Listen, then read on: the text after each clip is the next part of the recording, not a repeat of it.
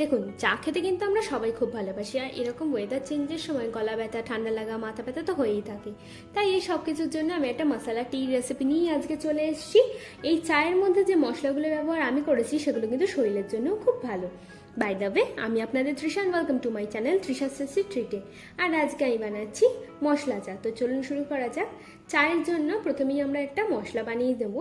তার জন্য প্যানের মধ্যে 5 থেকে 6টা এলাচ, 2টো তেজপাতা, অল্প দারচিনি, 3টে লবঙ্গ, 6 থেকে 7টা গোলমরিচ আর 1 চামচ মতো মৌরি দিয়ে হালকা করে এগুলোকে ভেজে নেব। এগুলোকে আমরা টোস্ট করে নেব। টোস্ট মানে এর রঙটাও পাল্টাবে না, আর এই মশলাগুলোর মধ্যে যে মশলাটা আছে সেটাও যেন শুকিয়ে যায়। দেখুন, আমাদের ভাজা হয়ে গেছে। এবার হামানদিস্তার মধ্যে মশলাগুলোকে নিয়ে দরদরাভাবে পাউডার করব। পুরো পাউডার করব না, দরদরা ভাব যেন থাকে। দেখুন, ঠিক এই রকম। দেখুন, আমাদের মশলা তৈরি। চলুন এবার চা বানানো যাক। এবার প্যানের মধ্যে আমি 2 কাপ জল নিয়ে নিচ্ছি। আচ্ছা, আমি কিন্তু 4 জনের জন্য চা বানাচ্ছি। এবার আমি 2 কাপ মতো দুধ নিয়ে নিচ্ছি।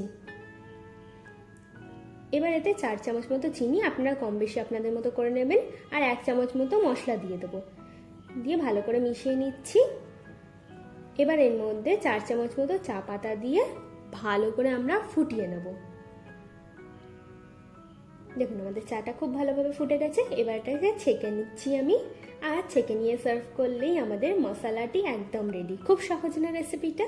আমার রেসিপিটা যদি আপনাদের ভালো লেগে থাকে তাহলে প্লিজ একটি লাইক করবেন, প্রচুর শেয়ার করবেন, আর এরকম আরও ভিডিও পেতে আমার চ্যানেলটিকে সাবস্ক্রাইব করবেন। নমস্কার।